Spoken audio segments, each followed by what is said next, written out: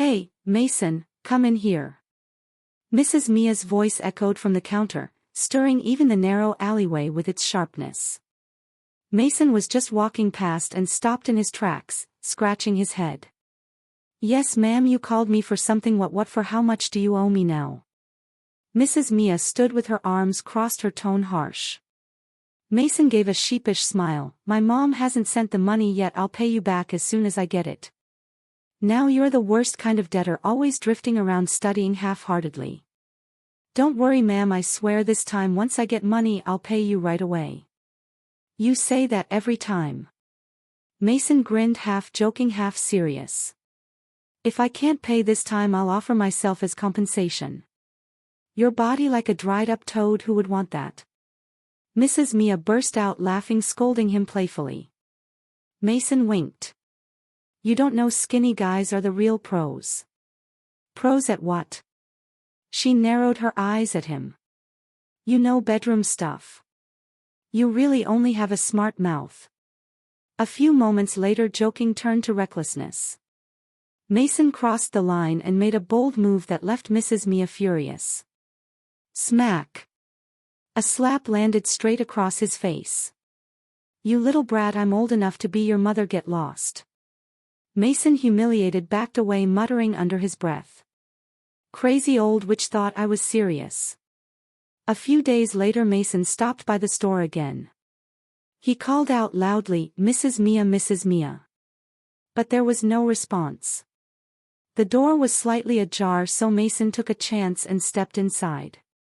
What he saw made him freeze in shock.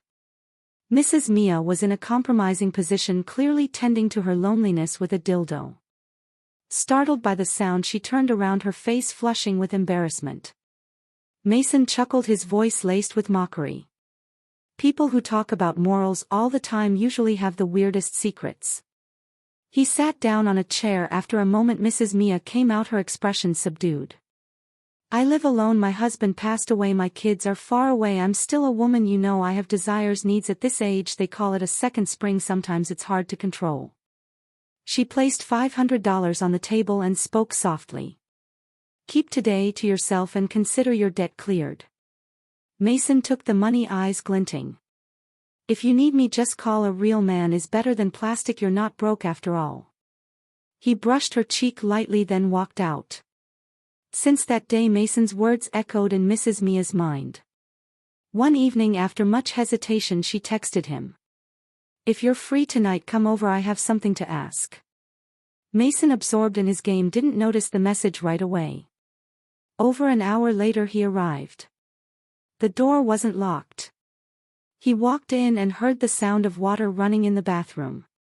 He moved closer and gently slid the door open. Mason, what are you doing? Mrs. Mia gasped in alarm. You asked me to come over, wasn't it for this? She looked flustered, unable to answer.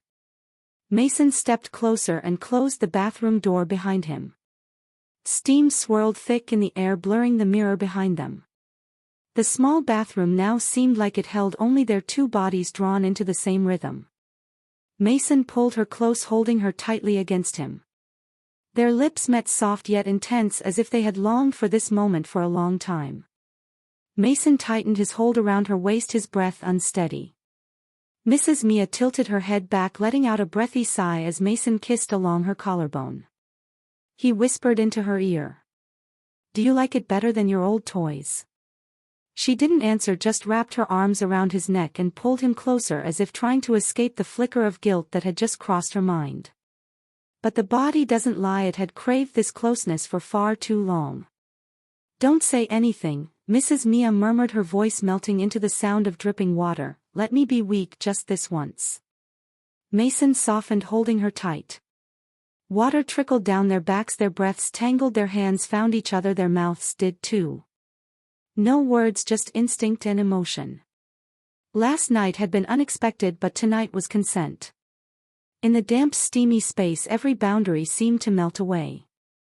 Their clothes clung to their skin, then were slowly peeled off like layers of armor they had worn for years. When their bare bodies finally met, it was as if they had fallen into a void where only the sound of heartbeats and burning gazes existed.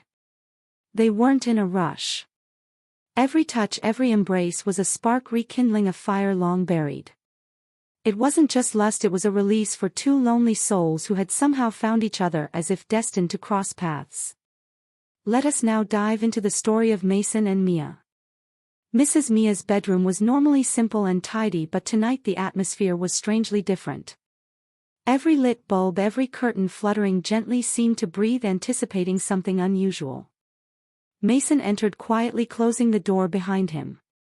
There was no sound of a lock. He knew Mia feared gossip, but this time she said nothing. She just sat at the edge of the bed, hands clasped, eyes avoiding his nervous. Mason asked, his voice softer than usual. She shook her head slightly, but it was clear she was trembling, not from fear but from something else. It had been too long since she had truly felt like a woman. Mason moved closer, leaned down and looked at her, not teasing, not loud, gently. He brushed her hair aside. The simple gesture made this 45-year-old woman feel like a young girl again. "You're beautiful," he whispered. She smiled, eyes glistening. In that moment, age, roles, the past and propriety, everything faded like mist. All that remained were two people, one longing to be loved, the other searching for a place to belong. Her nightgown slipped to the floor. Their silhouettes merged into one like shadow and light. No more words, only sharp breaths, trembling touches, and a night that felt infinite. Mason was no longer the lazy, foul-mouthed boy hanging around the convenience store. He had transformed into a man, attentive, sensitive, able to make Mia shiver and gasp in moments no one else would witness. The soft creaks of the bed became part of a symphony filled with raw desire. Mrs. Mia never imagined that at her age she could still experience a night so strange, so familiar, so blissfully shameful. But she had no regrets. They lay together as dawn approached. Mason slept soundly like a child while Mia remained awake, staring at the ceiling, her heart in turmoil. Was this merely a transaction, a physical arrangement, or something more? She didn't know, and perhaps she didn't want to know. At least not yet. All she knew was that in the cold, lonely night she had been warmed for the first time in years. She fell asleep without needing the vibrator hidden beneath her pillow. What began as physical satisfaction soon stirred something deeper in her. Mason was no longer just a debt-ridden young man. Gradually he became a part of her nightly life. The scent of his sweat, the mischievous glint in his eyes when he teased her, the way he brushed her cheek and gave that sly smile, it all wrapped around her heart like threads of affection, binding her before she even realized it. At 45, Mia had endured many pains, but a woman's heart is never too callous to feel. When Mason lay beside her, breathing evenly in his sleep, she felt like a teenage girl in love for the first time, nervous, bashful, and yearning to keep that warmth for herself forever. But Mason was different. After a few months he started making excuses, busy with school, part-time work, gaming. Her messages were answered less and less. Sometimes 2 or 3 days passed without a word. Rumors reached her ears. Mason was dating a girl who worked at the coffee shop down the street. One day she saw it with her own eyes. Mason riding his motorbike with that girl behind him, his hand resting on her thigh, laughing brightly. Mia was devastated.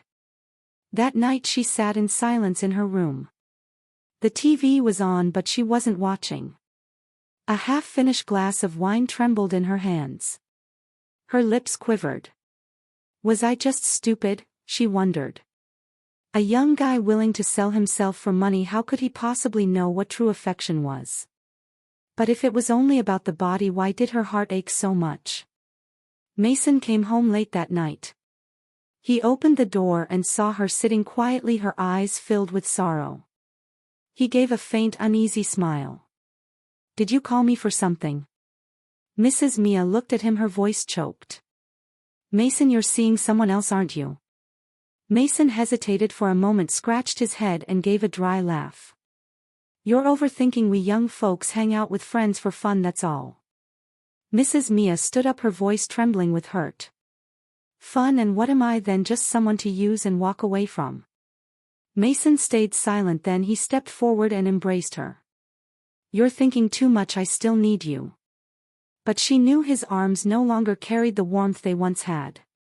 Her tears started to fall not because of the money but because she had given her heart to someone who didn't deserve it.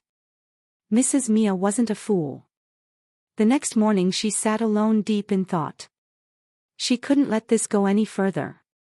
If Mason kept fooling around with that girl, she wouldn't just lose money and pride, she'd lose her heart too.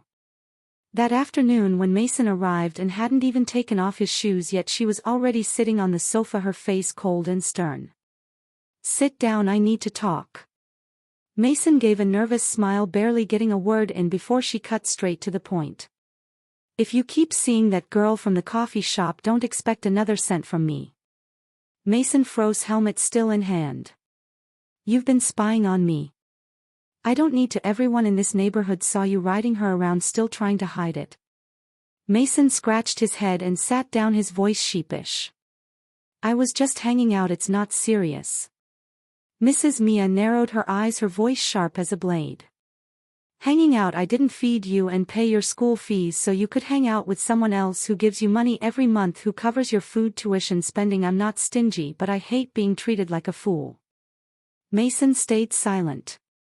"From now on, if I catch you sneaking around with her again, don't blame me for being heartless." Mason lowered his head and mumbled, "Yes, ma'am, I understand. I won't see her anymore." Mrs. Mia leaned back and sipped her tea. Her heart was still a mess. She didn't know if she was doing the right thing or if she was turning love into a chain. But at least for now she still had him by her side. As for Mason, he could only sigh. He never truly loved anyone, but how could he survive in Willow Creek without money? Since the day Mrs. Mia confronted him, Mason had behaved himself, but behaving didn't mean he was happy. Mrs. Mia no longer gave him money like before. The reason was clear: if you want comfort, you have to stay loyal. Mason began to feel the bite of hunger. He had no money for snacks, begged cigarettes from friends. He could only watch from outside as his buddies played games in the internet cafe. His friends scoffed. "Washed up gigolo," they muttered. Worse, the girl from the neighborhood, the one he had been secretly seeing, dumped him. "What's love without money?" she said, slinging her backpack over her shoulder and hopping on a motorbike with an older guy who drove a fancy bike. Mason felt discarded by the world. One evening he showed up at Mrs. Mia's house. His eyes were sunken, his face pale, shirt wrinkled.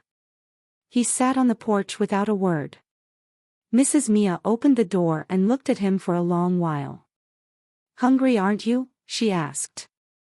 Mason nodded. She turned around and went inside. A few moments later she came back with a hot meal. Mason ate like he hadn't eaten in days. Afterward he sat in silence, head down. Mrs. Mia poured a small glass of wine and placed it in front of him. "I'm not a bank for you to keep withdrawing from. I also don't need someone beside me just because they're starving, but if you're sincere, I'll give you more than you ever imagined." Mason looked up, his eyes met the gaze of a seasoned woman. "You mean it?" "I've never joked." A moment later Mason stepped into the house and quietly hugged her from behind. No more teasing, no more cocky grins, just someone who had nowhere else to go, looking for something or someone to hold on to. And the woman, she opened her arms. Mason changed completely after that night. He was no longer the cocky, mischievous boy who used to make snide jokes whenever he came to Mrs. Mia's house. He greeted her gently, asked about her day with genuine care. Sometimes he even helped her with the store, sweeping the yard, mopping the floors, quietly tidying things up. Nothing extravagant, but enough for Mrs. Mia to notice the difference. That evening it rained steadily. The power went out in her house, leaving only the flickering light of a candle on the table. Mason sat beside her, pouring wine into 2 small glasses. He raised his glass slightly. "A toast to the woman who feeds me, warms me, and makes me feel needed." Mrs. Mia blushed, trying to look away, but Mason gently caught her hand. "You know," he said, "I used to think I only needed money or fun, but these past days when you weren't around, I really felt something missing." She looked away, clearly flustered. Mason scooted closer. I don't want to be someone who just takes your money and disappears. I want you to see you're still incredibly attractive. Before she could react, Mason leaned down and pressed a slow, respectful kiss on her shoulder. Mrs. Mia shivered as if something deep inside her had just been awakened, a feeling long forgotten. He whispered in her ear. You're beautiful. The way a woman with experience becomes irresistibly alluring, not in the way makeup tries to fake it, but the kind of beauty a man can't forget. She turned to look at him, her eyes shining. For the first time in many years she didn't feel like an aging woman begging for scraps of affection. She felt desired, longed for. Mason wrapped his arms around her tenderly, as if every movement came from the heart. That night they didn't just lose themselves in lust. For the first time they touched something fragile people often call love. The next morning pale sunlight seeped through the window, lingering in the room like a gentle memory of the night before. Mrs. Mia woke slowly, her body still wrapped in a silky softness that carried traces of warmth and wine from the night.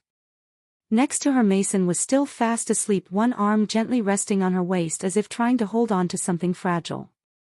She turned to look at his youthful face, this man nearly 20 years younger than her, and felt her heart flutter like a girl in love for the first time. A part of her wanted to wake him up, but another part feared breaking the tenderness of that moment too soon. Birds chirped in the garden outside. In the distance the familiar morning sounds of the market drifted in quietly. She slipped out of bed, pulled on a thin robe, and stepped out onto the porch. The air was still warm with the smell of damp earth and the aroma of coffee she had just begun to brew. It brought with it a sense of calm and a dreamlike warmth. Mason woke not long after, stretching lazily as he walked out, tousled hair and sleepy eyes.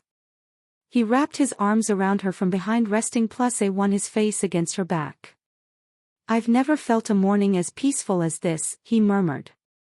Mrs. Mia smirked, but her eyes said nothing.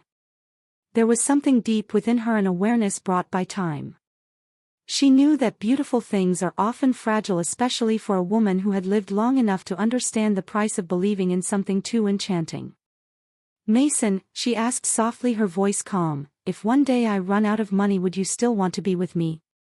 Mason was silent for a moment, then he held her tighter. I can't promise anything forever, but I know that right now I want to be here with you. An honest answer, no embellishment. Mrs. Mia gazed into the distance. It might not have been the fairy tale love she once dreamed of, but it was real. And sometimes for a woman who has already lived through half her life, that's more than enough. That morning, after weeks of passionate, almost surreal days together, Mrs. Mia began to notice something strange in her body. Her head felt light, her taste buds had changed, and most noticeably sudden waves of nausea would strike her in the middle of cooking. At first she thought it was just a minor cold, or maybe she was overtired from restless nights. But as the symptoms kept returning with increasing clarity, a strange sense of intuition crept into her mind. It was a mother's instinct, one she couldn't mistake, having once carried a child before. That afternoon, quietly and discreetly, she went out to buy a pregnancy test, hiding it carefully in her handbag.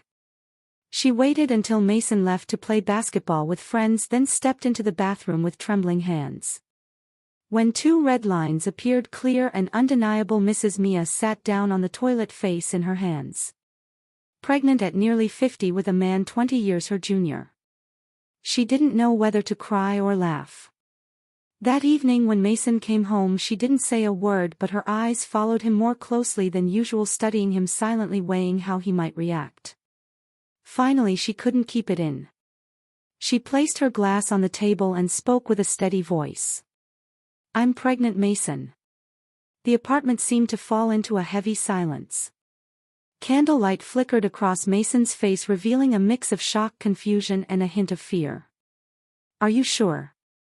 I just tested, it's real. Mason stood up, walked a few paces as if trying to breathe through the news. Mrs. Mia remained still, watching him, her heart pounding, part of her longing for reassurance, another part dreading the worst.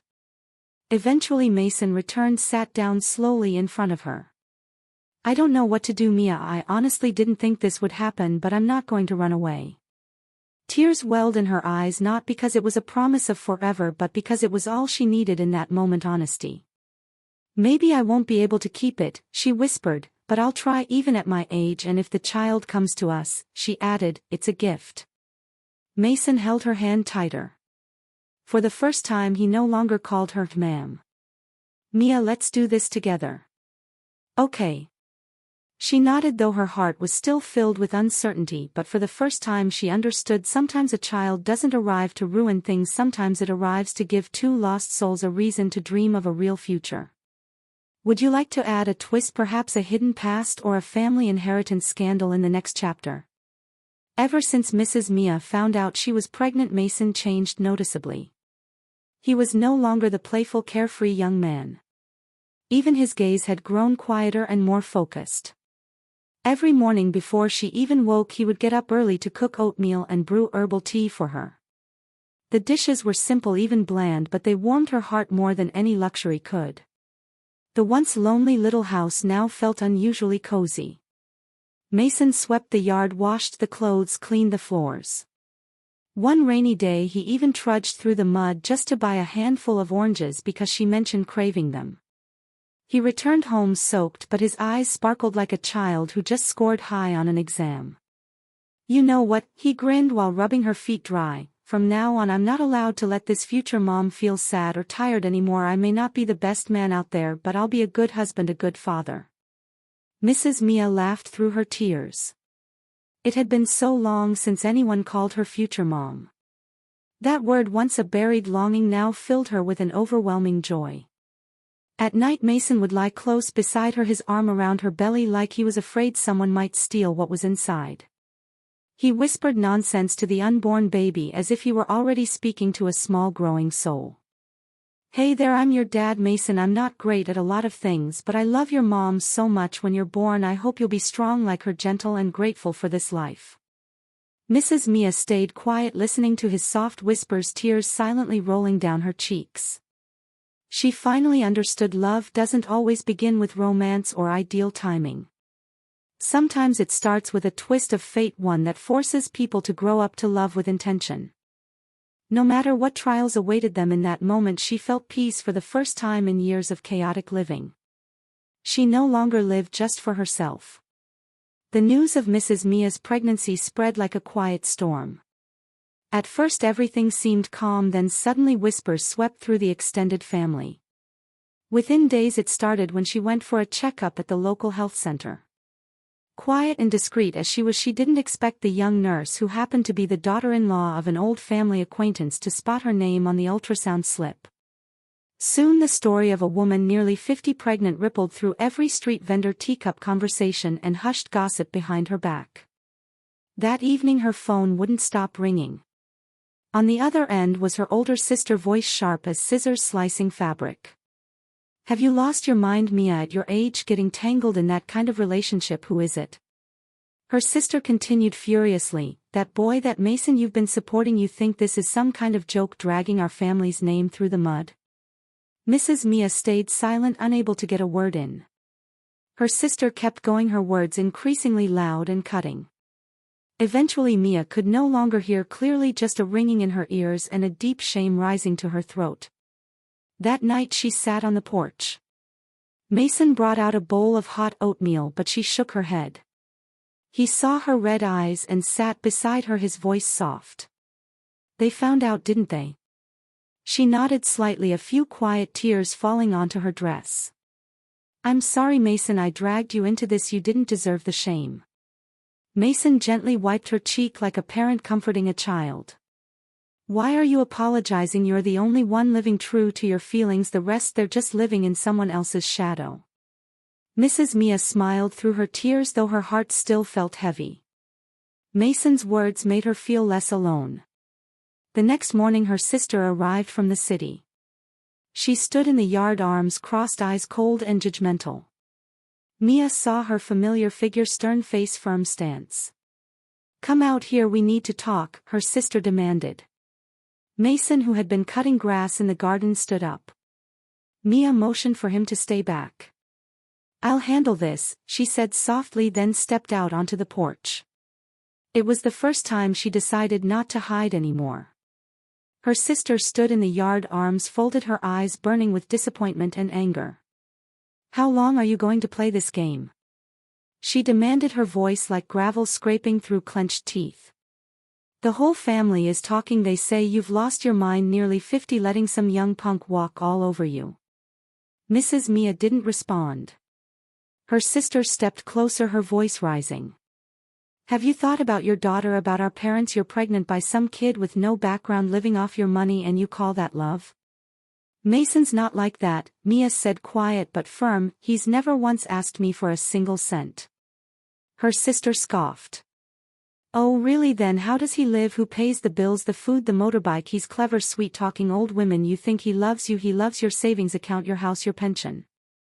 Her words cut deep, not because they were necessarily true but because they came from someone who had once shared her childhood, her tears. You think he's holding your pregnant belly out of love? Her sister snapped. He's here because. Because of what? Mrs. Mia clenched her hands, summoning what strength she had left to stand her ground. Then came footsteps behind her. Mason, silent, steady, standing beside her. He reached out, took her hand in his, firm and unshaken. I don't blame you for not trusting me, he said. I'm young, aimless, easy to doubt, but I don't need anyone's belief. I just need Mia to believe me. I'm not here for a house or a savings book or some title. He turned to her sister, his tone calm. I'm here because I love her and the child she's carrying. Her sister laughed bitterly. Love? What kind of man lives off a woman 20 years older? Mason didn't answer. He turned to Mia and said, let's go back inside. You don't owe anyone an explanation. Mia looked at him, then at her sister, the girl who once stood by her side through every heartbreak, now the first to judge her. Big sister, she said, voice steady. I'm done living to please everyone. I live for what I believe in. This child is what's left of my life, and no matter what happens next, I won't regret it. She turned slowly and walked back toward the house. Mason walked beside her, still holding her hand like a quiet vow. Behind them were the stares of family, neighbors, and 100 versions of what should or shouldn't be, but sometimes living true to your heart is the bravest thing a woman with a past can do. Despite the gossip, the judgment, and even the silent rejection from her own family, Mrs. Mia quietly chose to keep the baby. She offered no explanations, no complaints. Every morning she would gently rub her belly and whisper to the little one inside, I'm here, my child, you can grow in peace. And Mason, he didn't leave. On the contrary, he became stronger in the face of rumors. He picked up labor jobs, hauling bricks, delivering goods, repairing bikes. At night, gone were the parties, the aimless days. Every coin he earned he placed into a small box by the bed. This is our child's future fund, he'd say. Despite her age, Mrs. Mia remained remarkably healthy. The pregnancy didn't exhaust her the way others feared. On the contrary, it gave her purpose, a reason to hope again. Their tiny home, once filled with silence, now pulsed with warmth and laughter. Months later, she gave birth to a healthy baby boy. Mason held the child in his arms, eyes red with emotion. He whispered, he looks just like you. When I see him, I see everything you've endured. I'll make it up to you from now on. Mrs. Mia sat on the bed watching the father and son, tears brimming in her eyes. The day people said would shame her turned out to be the one that gave her a happiness she had never dared to dream of. The three of them lived in a modest house on the edge of Willow Creek. They weren't rich, weren't prestigious, but they had enough to eat, enough warmth.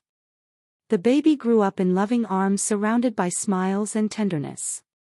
People still gossiped, still whispered, but time faded those voices. When they saw Mason rushing through the rain to buy medicine for his wife, or carrying the baby through a flooded street, when they saw Mrs. Mia glowing with laughter beside her two boys, people began to fall silent.